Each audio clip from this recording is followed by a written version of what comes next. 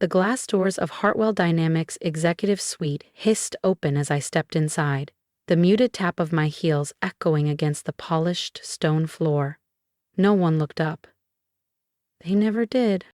To them, I was just Lena Caldwell, the late founder's 32-year-old stepdaughter, the quiet one who dabbled in tech startups while her cousin Ethan chaired the board. Decaf oat latte, Lena, Ethan said without lifting his eyes from the merger documents. Extra hot this time, please. I smoothed the sleeve of my navy Smythe blazer, took a breath, and walked to the end of the long table. Actually, I'm here for the board meeting, I said, opening my laptop. My Aunt Vivian turned toward me, blinking. Sweetheart, this is a strategic governance session, not really your area. No confusion, I replied calmly. As the majority shareholder, I have full rights to attend. The room shifted. Ethan's pen paused mid-sentence.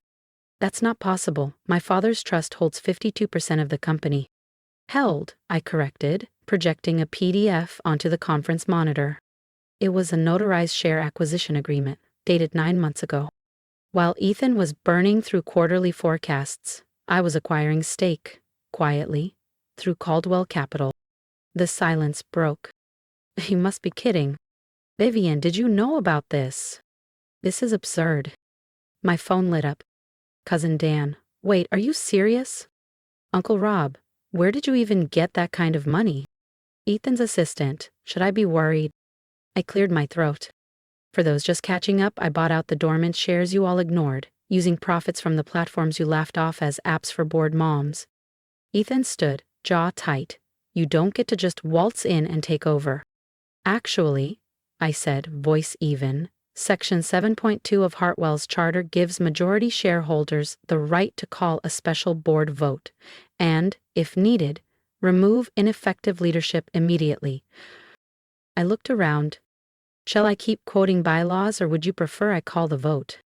Vivian's fingers trembled as she reached for her glass.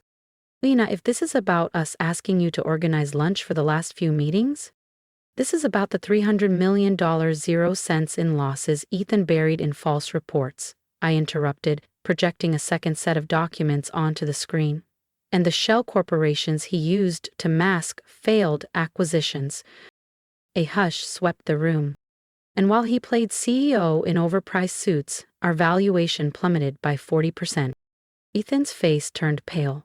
How did you get the internal numbers? I didn't let him finish.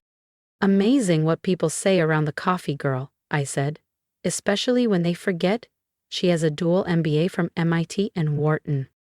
They left laptops open, whispered in corners, dropped files like I wasn't even there. My Uncle Rob, who'd once laughed at my pitch deck, sat forward. Lena, those are serious accusations. Not accusations, I said, calmly clicking through a timeline of wire transfers and fake subsidiaries. Documented facts, ones the SEC and shareholders will be very interested in. I tapped my phone. Security, main conference room. Please escort in the auditors. Ethan lunged toward his MacBook, but I was already prepared. Remote access is shut down. Admin credentials revoked. I did it this morning. You can't do this, he shouted. I'm the CEO. Where? I said, opening one last document. A signed consent form from the board. They've called for a vote. But considering the investigation, your next title might be defendant. My Aunt Vivian stood, clearly shaken. Now wait a minute, young lady. No, I said sharply. You wait. I served coffee and ordered lunch while Ethan wrecked this company. You thought I was just polite. What I was present, in every meeting, every hallway chat, every slipped comment. I took notes while you laughed off my software company. I logged details while you ignored the numbers. The room was dead silent. And while I fetched your almond croissants, I added, I was building this case. Vivian's hand trembled as she reached for her Hermes clutch. I'm calling our lawyers, she said. No need, I replied with a smile. As the conference room doors opened, the forensic accountants walked in, followed by 2 agents from the Securities and Exchange Commission. Though not the lawyers you're imagining, I added smoothly. Yours are currently preoccupied with SEC investigators asking about their role in Ethan's financial sleight of hand.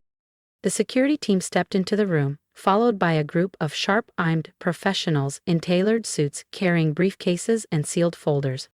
The lead agent nodded at me. "Miss Caldwell, we're ready to begin." Ethan's face drained of color. "You're working with the SEC?" "Have been for months," I confirmed. "Those weekend charity galas I hosted, great cover for off-record meetings with regulators." "You all assumed I was playing hostess," I added, as my phone buzzed with messages. "Cousin Melissa, what's going on? Uncle David? The SEC? You're joking. And Helena, our stock. Lena, is it safe?" I raised my voice just enough for the room to hear. "Your shares are intact, or what's left of them, thanks to Ethan's games. But I've developed a recovery plan, one that doesn't involve shell companies or fantasy accounting." The forensic accountants unpacked laptops and scanners as security began collecting devices from the board table. "This is insane," my Uncle Robert muttered. "Lena, we're family." "Family?" I gave a hollow laugh. "Like when you made me refill coffee for my 22-year-old cousin during meetings? Or when Ethan said I should stick to HR because finance is too cutthroat for women?" Another ping, a headline. "Breaking. Hartwell Dynamics under SEC probe. Executive overhaul underway." Across the room, Ethan twitched, eyes flicking to his phone. Desperately trying to erase evidence, too late. "I already have encrypted backups of everything," I said. "Now let's review the last 3 years." I projected the next file. Project Larkspur. $100 million, 0 cents investment. Supposedly in a biotech startup. Except the company doesn't exist. The funds? Diverted to a trust in the Caymans. Registered under your name, Ethan. "That was, a legitimate risk," he stammered. "Really?" I turned to the board. "Did any of you approve it? Know about it?" Blank stares. "And then we have the Redmere acquisition. Told the board it costs $50 million, 0 cents. Actual cost?" I clipped. $75 million, 0 cents. Care to explain the $25 million, 0 cents gap? If you've been quietly cheering for Lena from the corner of that boardroom, don't miss what happens next. Subscribe to the channel and follow her as the truth unravels, the power shifts, and long-buried secrets come to light. Sometimes, the one they underestimated holds all the cards. The $25 million, 0 cents gap had, quite conveniently, vanished into a network of offshore accounts. My father's hands clutched the arms of his leather chair, knuckles pale. "These are serious accusations." "Facts," I corrected, gesturing toward the SEC team. "All documented, all verified. Would you like to review the files I compiled while you all thought I was just arranging lunch orders?" Vivian stood abruptly, her silk blazers suddenly more like brittle armor. "This is nonsense. You can't possibly grasp the complexity of corporate finance. Harvard MBA, summa cum laude." I cut her off, meeting her eyes. "Dual masters in financial forensics and quantitative strategy. You'd know that if you'd ever read my CV instead of assigning me holiday party themes." My phone buzzed again. Breaking news lighting up the screen. Hartwell Dynamics stock suspended amid SEC raid. Sources confirm major executive resignations incoming. Round the cross table, Ethan lunged for his briefcase. "In that case," I said calmly to the investigators, "you'll find files on Project Chimera, yet another doomed investment buried in manipulated figures." "He has a second copy hidden in a false bottom," I added. Ethan stared at me, stunned. How do you know about that?" I gave a small, knowing smile. "You hide papers in there every Tuesday after exec meetings. Amazing what you learn when people treat you like office decor." One of the agents popped the bottom panel. Documents. Just as I said. Ethan slumped into a seat, deflated. "Now then," I said, voice steady. "First motion, acceptance of Ethan Caldwell's resignation, effective immediately." "You can't force me to resign," he muttered, though the fight was gone from his voice.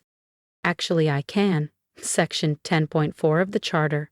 Majority shareholders may remove executives for cause." Would you prefer I list each violation, I added, or jump straight to criminal liability? Security began escorting non-essential personnel out. The board sat still, shocked, hollow-eyed. For those curious about your roles, I continued, the board will be restructured. Those complicit will be retiring, voluntarily or otherwise. To those who merely turned a blind eye, you now have the chance to prove your worth. My father finally spoke. The investors, the major shareholders, have already been briefed, I said, cutting him off. While you mocked my investment club, I built strategic alliances with institutional funds. They're fully backing the leadership transition, I said, tapping the remote again. A new document lit up the screen. A letter of support signed by our largest institutional investors. The very firms Ethan had ignored, brushed off while clinging to control under the family name. They were concerned about performance, I added, but blocked at every turn by Ethan's stonewalling. From the doorway, my assistant leaned in. Miss Caldwell, the press is in the lobby. They're requesting a statement on the SEC raid. Ethan bolted upright. The press? You called the press? No, Ethan, your lies called the press. I just made sure they received the right tip at the right time. I turned to my assistant. Tell them we'll release a full statement in an hour, and make sure they get the preliminary audit findings. Across the table, Vivian's diamond-studded hand trembled as she reached for her purse. This will destroy the Caldwell name. Caldwell name? I let out a quiet laugh. You mean the name used to exclude me from every strategic meeting? The name Ethan hid behind while buying his third villa with company money? The name could use a little fire. My phone buzzed. More incoming messages. Cousin Andrew, what's happening to our shares? Uncle Robert, what about the company legacy? Aunt Linda, you've betrayed us all. Interesting, I said aloud. No one seemed concerned about family when I was making spreadsheets. No one read, or when Ethan cut health coverage while leasing a yacht. One of the forensic accountants approached. Miss Caldwell, initial findings confirm over $400 million, 0 cents in misappropriated funds. Ethan's face turned ashen. My father sat stone still, gripping his chair like it was the last thing keeping him upright. Thank you, I said, accepting the report. Please, ensure the SEC receives digital and hard copies. I turned to the remaining board members, still dazed. Now, shall we review the restructuring plan, or would someone like to defend these numbers first? The boardroom doors opened. Additional directors entered, followed by Mr. Harrison, the chairman, who had secretly backed my investigation for months. He nodded toward me. Miss Caldwell, he announced formally, the board has unanimously voted to appoint you CEO, effective immediately. Ethan slumped, his world unraveling. The board? He croaked. Dad, you're chairman emeritus. Stop this. My father's voice cracked under the weight of what was unfolding. His eyes scanned the financial records, still glowing on the screen, then shifted to the board. The numbers. Is this real? Did you all know? Mr. Harrison stepped forward, calm and unapologetic. We've been watching Lena's progress for years, he said. While Ethan was burying losses, she was quietly building a name for herself in the financial world, under her professional name. Professional name? Vivian's fingers curled around the handles of her Hermes bag. What professional name? I smiled.